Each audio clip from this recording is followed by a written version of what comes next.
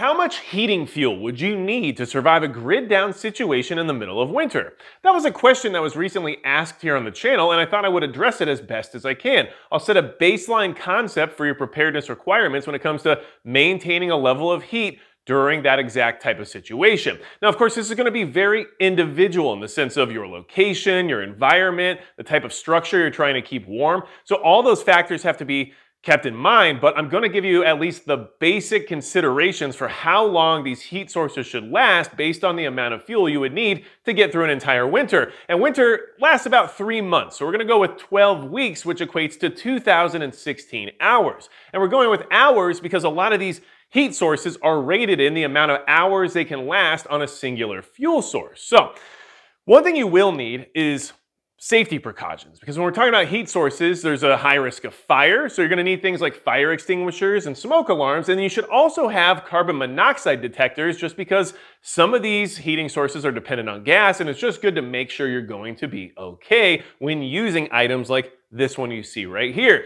Now, if you're going to try to just survive a winter during a grid down situation, you don't want to heat your entire mansion, right? You want to choose a smaller space within your home that you can heat reliably that still has a level of ventilation because you still need fresh air circulation, right? So those are things that I would look for and plan for when thinking about this exact situation. I'm not trying to heat my entire home during a grid down. I'm just trying to make sure my family and I can stay warm enough and comfortable enough to survive, right? So one thing I want to mention is that Midway USA is the biggest supporter of the channel, and of course, they're a good place to go when you want to look for certain types of heat sources, like this Mr. Heater Buddy portable heater you see right here, which is going to be the first example we're going with because we're going to talk about 4 different types of fuel sources in order to give you an idea of what to expect based on your requirements.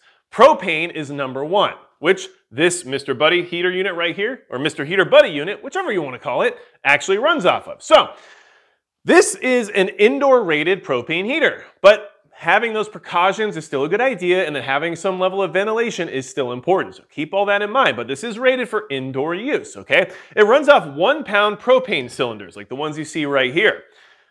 Now, of course, you can actually get other forms of containers for propane and save some money based on the cost to pound ratio, but we'll get more into that here in just a second. Now, on one propane cylinder, 1 pound of propane that you see right here, this Mr. Heater Buddy unit will last 5.4 hours and will heat 225 square feet. So like I said, a smaller portion of your home that you're just trying to maintain heat in order to survive, right?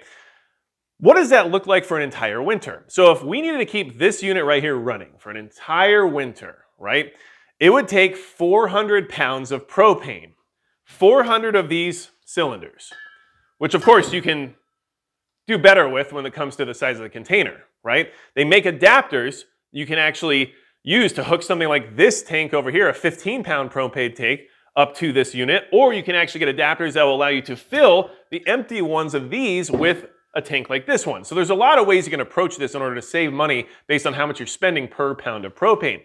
But in general, that equates to needing about 100 gallons of propane. Now, we buy it by the pound when it comes like this, but then when it comes to filling propane containers, they do it by the gallon. So that can be a little confusing.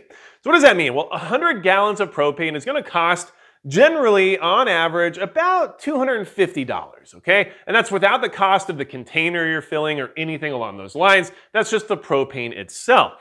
So propane's very efficient. It stores very well. It stores almost indefinitely, and it's relatively safe to store too compared to a lot of the other things we're going to discuss. So what's really nice about it is that not only does it store well, not only does it store forever, but it's actually the least expensive heating fuel source on this list. So for 250 bucks, this thing can run for an entire winter, 24/7 for 12 weeks straight.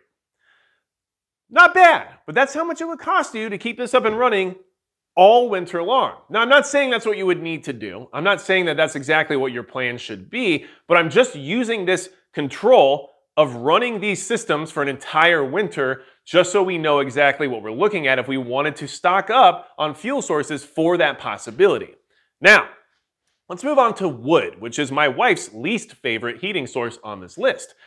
That being said, if you have a fireplace or you have a wood-burning stove, right? You might want to use wood as a way to heat your home or heat a room or whatever it is you got to do. Now, of course, when it comes to fireplaces, if you have a wide open fireplace, that's not going to be very efficient. So there are things you can look into to making it more efficient. But in general, we're just going to go off of your typical thought process of trying to heat a small home throughout an entire winter using a wood-burning source of types, right? So how do you buy wood? Generally, we're going to talk about it in the sense of one full cord. A full cord of wood is 4 feet by 4 feet by 8 feet. It's a lot of wood. It can weigh anywhere from 1 to 2 tons. And it takes up 128 square feet of space.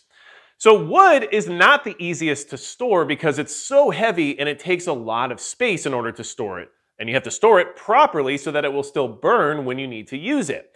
Now, how long will a cord of wood last in a fireplace or a wood-burning stove? Generally from 6 to 12 weeks or so, depending on how fast you're burning through it, right? So in order to get through an entire winter, you don't want to risk that one full cord of wood not necessarily making it all the way through, right? So in general, you're going to need 2 full cords of wood to make it through an entire winter while burning wood to keep your home or your building or whatever it is you're trying to keep warm throughout an entire winter. Okay, how much does that cost? Well, a full cord of wood, depending on where you live, could cost anywhere from like $150 to like $400. That's why all this is so dependent, because the prices are different depending on where you are as well. There's a lot of different factors here, but I'm doing the best I can to give you a conceptual idea as to what you should plan for, right? So if I was burning wood for the sole way of heating my home, and I wanted to use my fireplace or a wood-burning stove to do so, I would plan on having 2 full cords of wood to make it through the entire winter. And even if you only used one, that's better because you didn't run out. But it would be worse if you only got one and then used all of it and still needed more, right? So that's why you got to go with a full 2 cords. At least that's how I would do that planning. And that would cost you, upwards of $800. Now, you could possibly only spend $300 if you live in the right place. But if you live somewhere like I do where there are no trees, it might cost me about $800 to get 2 full cords of wood. And that doesn't count delivery or stacking or any of the labor involved in acquiring that wood and getting it to the location.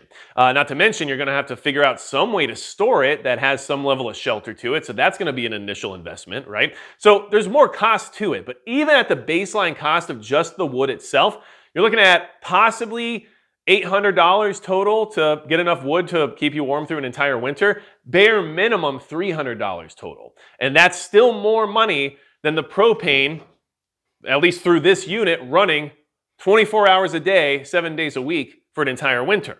Okay? These are just considerations. I'm not telling you which fuel you should choose. I'm trying to give you an idea of how much you would need if you really wanted to stay warm through an entire winter, only relying on these fuel sources.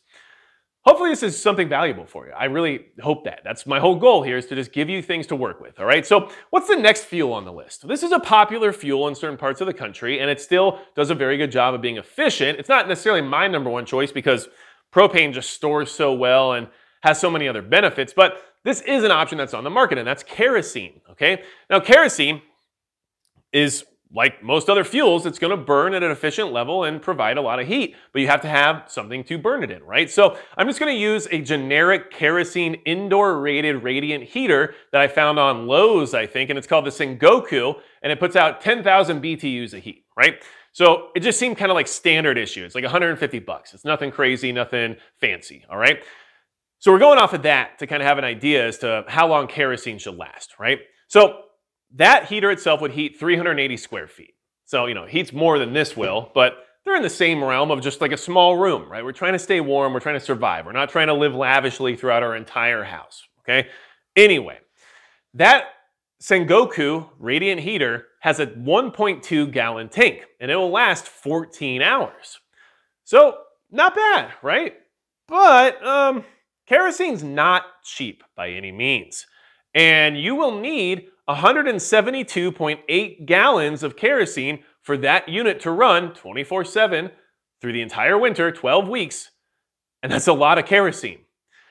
And right now, you can get bulk kerosene in some parts of the country anywhere from $5 to $6 a gallon. So that's not very affordable. Not to mention, if you want to buy it maybe in a rural environment where you don't have access to bulk kerosene as easily, or who knows what, if you were to go buy a 5-gallon container of kerosene right now for heating from Tractor Supply, it's like $11 a gallon. It's like 55 bucks for a 5-gallon little drum of kerosene, okay? So at the bulk amount, which means you have somewhere you can get that from, and then you have a container in order to store it in, right? So those are investments that you have to have as well, the transportation and the container, right? But at bare minimum, just the kerosene itself, to last you all winter, is gonna cost, even at $5 a gallon, $864 for the winter, for 12 weeks, for that heat unit to run 24/7, okay? Now, if you had to go to Tractor Supply and just buy a ton of those 5-gallon drums, I mean, that's gonna be, $11 a gallon, coming out to $1,900.80 for the entire winter. So kerosene is not cheap. It's definitely not the more affordable route. It's efficient, it does a good job of keeping you warm, but it's expensive, okay? So keep that in mind. It's an option, it's there, but I'm just trying to give you like this baseline concept of running these units 24 hours a day, 7 days a week in order to maintain warmth within a small space and how much that might take. Now, the wood is a little bit different when it comes to that because it's really hard to judge fireplace versus wood stove versus size of wood stove versus size of fireplace versus what room of the house these utilities are in. Like, there's just a lot of factors there. And that's why playing it safe by having 2 full cords of wood is probably the best bet. But it's harder to keep that controlled just because of all those different factors. But using units, individual heat units like this one, gives you a baseline control because they have ratings for exactly how long they'll last on a full tank, right? And so speaking of that, let's move on to the 4th heat source, and something that isn't efficient, but it's available, and it's something that people have, so I could see why someone might think they would want to do this. But I'm just telling you right now, it's definitely not the best idea, but it's there, and I just want you to know about it. So that would be gasoline as a generator, right? So a gasoline-powered generator, because you could plug an electric space heater into said generator, right? Which I know some people are thinking might be what they want to do. Okay, well, if that's what you have to do because it's a grid down situation and you didn't have any other heating sources, you're going to do what you got to do. But I'm just going to tell you how that works, okay? So space heaters use around 1,500 watts in order to be on like the high setting and to be as hot as they can be, right? So we're gonna roll off of that standard when it comes to like using an electric space heater. Now, a 3,500 watt generator that I pulled up, that was only like 300 bucks. It's like a sportsman's generator, right? So inexpensive. I have one of their generators that's actually a dual fuel, but for this purpose, we're only going with gasoline, all right? And the generator I have seems to work fine. So for how inexpensive they are, they're not bad. But either way, a 3,500 watt generator wants to rate its load time based on a 50% load. So you would want something with that much wattage if you're gonna run a 1,500 watt space heater off of it, right? Because it's less than 50% of the total load value. So that's good. We actually can do that math now. So at that load rate, with that generator, it will run for 10 hours with its 3.6 gallon tank. That's actually like not that great, okay? So at 10 hours, you're gonna burn 3.6 gallons of gasoline. You're gonna need 725 gallons for the entire winter if you wanted to run that thing 24/7, right? In order to keep that space heater running. At $3 a gallon, we're just doing an average, like a nationwide average, around $3 a gallon for this gasoline, right? It's gonna say $3. It's gonna cost you $2,175 to run that generator 24/7 for 12 weeks straight, to get through winter and to be running a heat source the entire time. Now look, that's the most expensive one on this list, which is surprising because kerosene is not cheap. But it's just efficiency mixed with the type of fuel, mixed with the storage capacity and everything else. It all goes into the equation. And what it comes down to is that for a heat source that will heat up a small area and keep you above freezing when it comes to a grid down situation, propane is basically impossible to beat. But maybe you have other requirements, or maybe you just need to use kerosene for some reason, or maybe you just want to use a generator. I don't know what it is that might cause that. Maybe you have a fireplace or a wood-burning stove that already does a good job for you, so you just want to use wood. All those things are acceptable because you got to decide what's best for you. But I just wanted to demonstrate your expectations of how much fuel you would need. And the only way to really do that and to standardize it to any degree was to say, okay, well, we're going to heat whatever part of the house we're heating with these different forms of fuel for 24 hours a day, 7 days a week for 12 weeks straight in order to get through winter, right? And that's what it all comes out with when it comes to the math and everything else. So all in all, propane is still the most efficient and most affordable option, at least from what I can tell.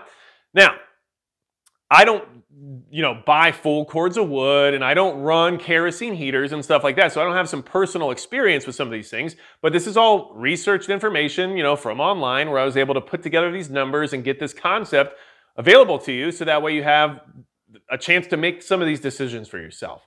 And I just wanted to make sure that you had this information in case it becomes relevant, in case the grid goes down and it's cold outside and you got to stay warm. Well, how long can you stay warm for? Well, now you know. With a Mr. Heater Buddy portable indoor rated heater that you see right here, running off 1 pound propane cylinders, it only costs you about $250 worth of propane to keep this thing running for 3 months straight. Which ain't too bad. Ain't too bad. And you know what? Any propane you don't use, don't worry about it because it'll store indefinitely. So, hopefully this is good information for you.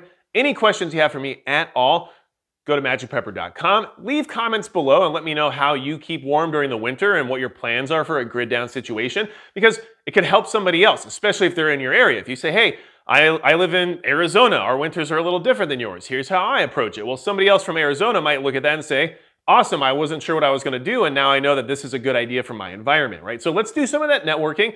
Get down there and talk to other people and help each other out. And of course, if you want to support the channel directly, check out Subscribestar. It's $5 a month, but there are preparedness incentives and there's exclusive content. So I appreciate any support that I get over there. I'll have a link down below in the description as well as in the pinned comment for that. And besides that, it's going to be it for Magic Prepper.